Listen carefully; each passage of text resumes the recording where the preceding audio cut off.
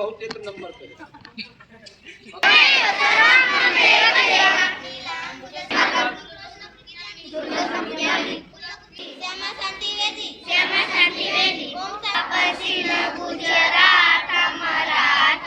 तो प्राण निकल गया तो अर्थात हम नहीं है, इसीलिए आत्मा पर न नाम पड़ता है।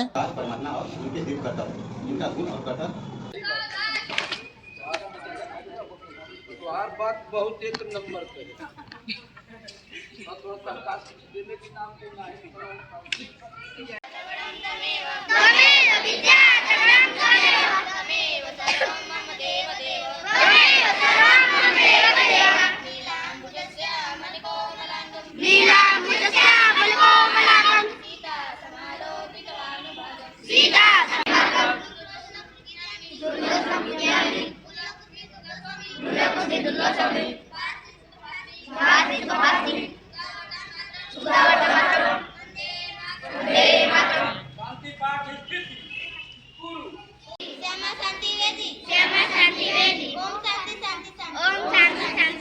राष्ट्रगान स्थित गुरु जन गण मन अधिनायक जय हे भारत भाग्य विधाता पंजाब सिंध गुजरात मराठा द्राविड़ उत्कल बंगा विंध्य हिमाचल यमुना गंगा उजल चलति तरंगा तब शुभ नावे जावे तब शुभ यासी।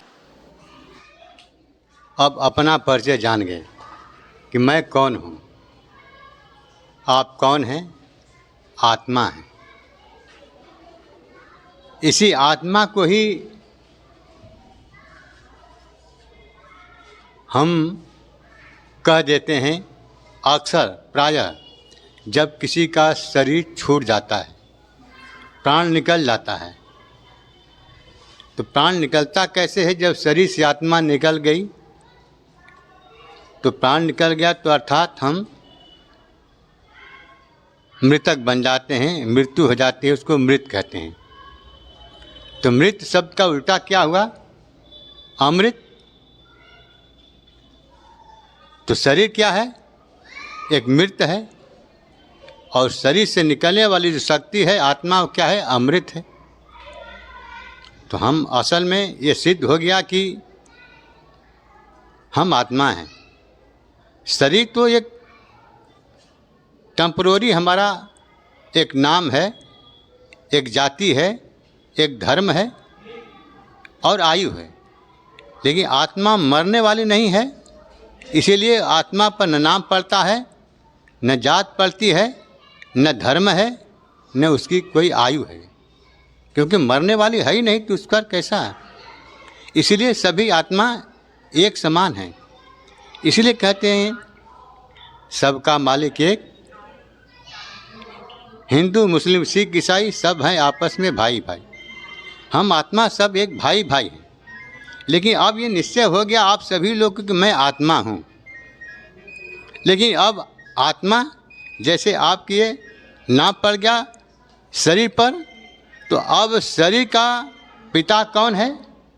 उसका भी तो कोई नाम होगा, उसका कोई घर होगा और उसकी कोई विशेषता होगी। इसी के आधार पर तो हमें आपको आईडी प्रूफ मिलता है, परिचय का प्रमाण मिलता है स्कूल में छात्रों को। यही परिचय अगर हमारे आप के पास न रहे तो हमारी कहीं सुनवाई होगी, हमारा कोई महत्व रहेगा। इसलिए हमारी मूल परिचय से हमें नौकरी मिलेगी, सब कुछ कार्य होगा। ये नहीं रहेगा परिचय तो हमारा कोई कार्य हो पाएगा आज के ज़माने में। इसलिए इसी से सर्टिफिकेट मिलता हमें। तो अपना परिचय तो हम शरीर का जान गए, लेकिन अब यहाँ मूल चीज़ है, शरीर जो थी वो तो व्यर्थ हो गई।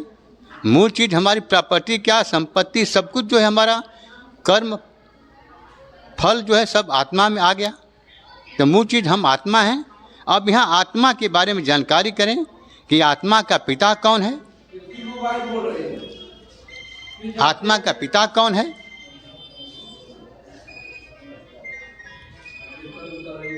आत्मा का पिता कौन है? आत्मा का पिता का नाम बताया जा रहा है आप लोग को। आत्मा जैसे शरीर का पिता किसी को है, किसी कोई है, लेकिन आत्मा तो सब एक है। तो इसका आत्मा का पिता एक ही है, जिसको हम परम पिता कहते हैं, परमात्मा कहते हैं। और उस परमात्मा का ही नाम है शिव, जिसका कोई पिता नहीं, वो सभी का पिता है। और आत्मा वो भी है, जैसे प्रधानमंत्री है और मंत्री है, तो प्रधानमंत्री है और सभी लोग मंत्री हैं, लेकिन वो प्रधानमंत्री है। उसी तरह से हम सब आत्मा हैं, लेकिन आत्मा का सर्वोपरि जो पिता हमारा है उसका नाम है शिव, जिसको परम कहते हैं, पिता है और परम आत्मा है। और उसका जहाँ निवास होगा वहीं हम बच्चों को, यानी हम आत्माओं का निवास भी हमारा वहीं होगा। कहाँ जैसे आपका पिता का घर जहाँ है वहीं आपका भी घर होगा। तो इसलिए अब यहाँ ये बताया जाए कि हमारा आत्मा का पिता कौन है और हमारे पिता का घर कहाँ है। ये अब इसके बारे में आप लोग जाने इस चित्र के माध्यम से। अब देखिए, ये चित्र के माध्यम से बताया जा रहा है कि परमात्मा परम धाम निवासी है। उसका हर चीज सब कुछ परम है। परम के आगे कोई शब्द नहीं है। जैसे अंग्रेजी में सुपर कहते हैं, सुप्रीम कहते हैं, जैसे सुप्रीम कोर्ट दिल्ली का, उसके आगे कोई न्यायालय नहीं है। उसी तरह से ये परम है, परमात्मा सबसे सर्वोपरि है, सबसे ऊपर है। इसीलिए परम पिता परमात्मा कहते हैं ऊपर वाले को देखो, वो सबसे ऊपर वही है। कहते हैं ना, ऊपर वाले को देखो।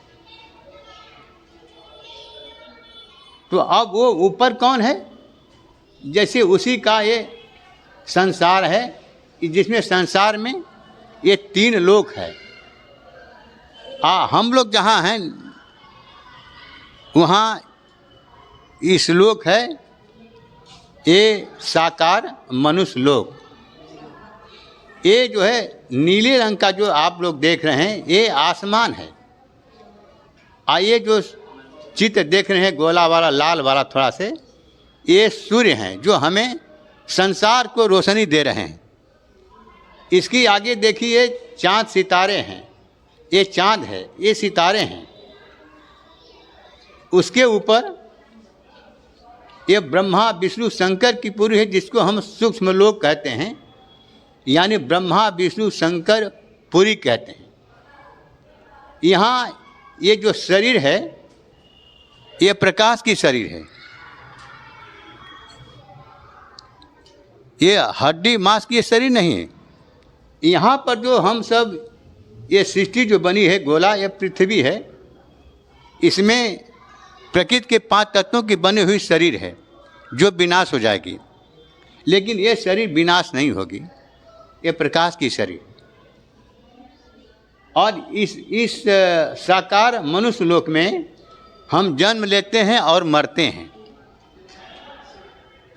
जन्म लेते हैं और मरते हैं। जन्म लेना भी जरूरी है और मरना भी जरूरी है। इसी बीच में अपना अच्छा बुरा कर्म जो है अपने डामा पाठ के अनुसार हम करते हैं।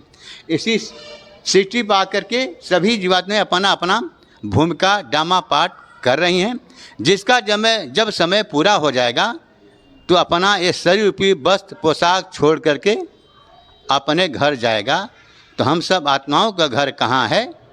ये जो लाल रंग की दुनिया दिखाई दे रही है इसको कहते हैं ब्रह्मलोक और परलोक। सभी आत्माएं जो हम लोग यहाँ डामा पाठ कर रहे हैं, ये शरीर रूपी वस्त्र छोड़ करके जब समय पूरा हो जाएगा तो हम लोग इस अपने घर में आ जाएंगे, जो ये आत्माओं की दुनिया है। इसी को परलोक कहते हैं। यही हम लोगों का आत्माओं का घर है। इसको निराकारी दुनिया कहते हैं। आत्मा निराकार है, आत्मा कोई आकार नहीं है। ये निराकार है, इसका कोई आकार नहीं होता है। आत्मा का कोई लंबाई चौड़ाई मोटाई नहीं होती है, कोई वजन नहीं होता है। इसको कोई मार नहीं सकता, कोई जला नहीं सकता, न कोई काट सकता, न बांट सकता, छोड़ सकता है। इसका कोई कुछ भी बिगाड़ नहीं सकता। इसीलिए इसको कहते हैं अजर अमर अविनाशी। आत्मा मरती नहीं है। तो यही आत्मा यहाँ से अपना डामा पाठ बजाते फिर अपने घर में आएगी। इसी को परलोक ब्रह्मलोक कहते हैं। यही हम लोगों का घर है। सभी को एक दिन यहीं पर आना है। यही परमात्मा शिव का एक घर है, जो सभी आत्माएं इनके साथ में हम सब हैं। अब परमात्मा को सबसे स्वरूप यही सृष्टि का बीज रूप है। अब यही सृष्टि का बीज रूप ये परमात्मा के संकल्प द्वारा ये ब्रह्मा और सरस्वती हैं, जिनको विद्या की देवी कहते हैं। ये हैं ब्रह्मा, जो ये बीज से जब अंकुर निकलता है तो पहले उसमें 2 पत्ते निकलते हैं। यही सृष्टि के 2 पत्ते हैं, ब्रह्मा और ये सरस्वती। और इनके नीचे जो देखिए ये थोड़ा से ये वृक्ष का ये तना दिखाई दे रहा है। और ये जो है बीच में जो गोला दिखाई दे रहा, ये जो है वृक्ष का ये झाड़ है।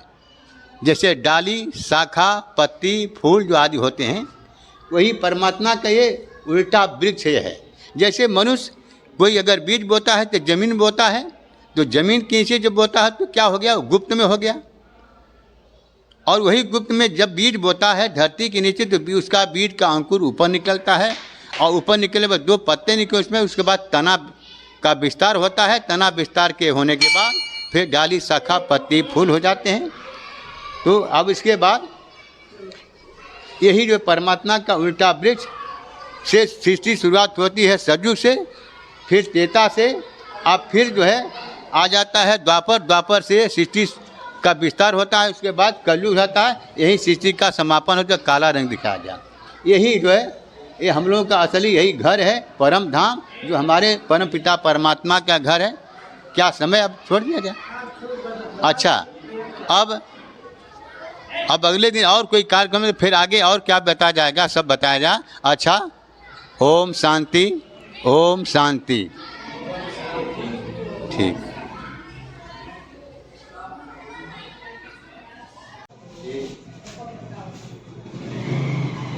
निराकार परमात्मा और इनके दिव्य कर्तव्य, इनका गुण और कर्तव्य ये आपको परमात्मा का दिखा जाए। एक परम पिता परमात्मा शिव है, गीता ज्ञान दाता, जो शक्ति गीता का ज्ञान देने वाले परम पिता शिव परमात्मा है।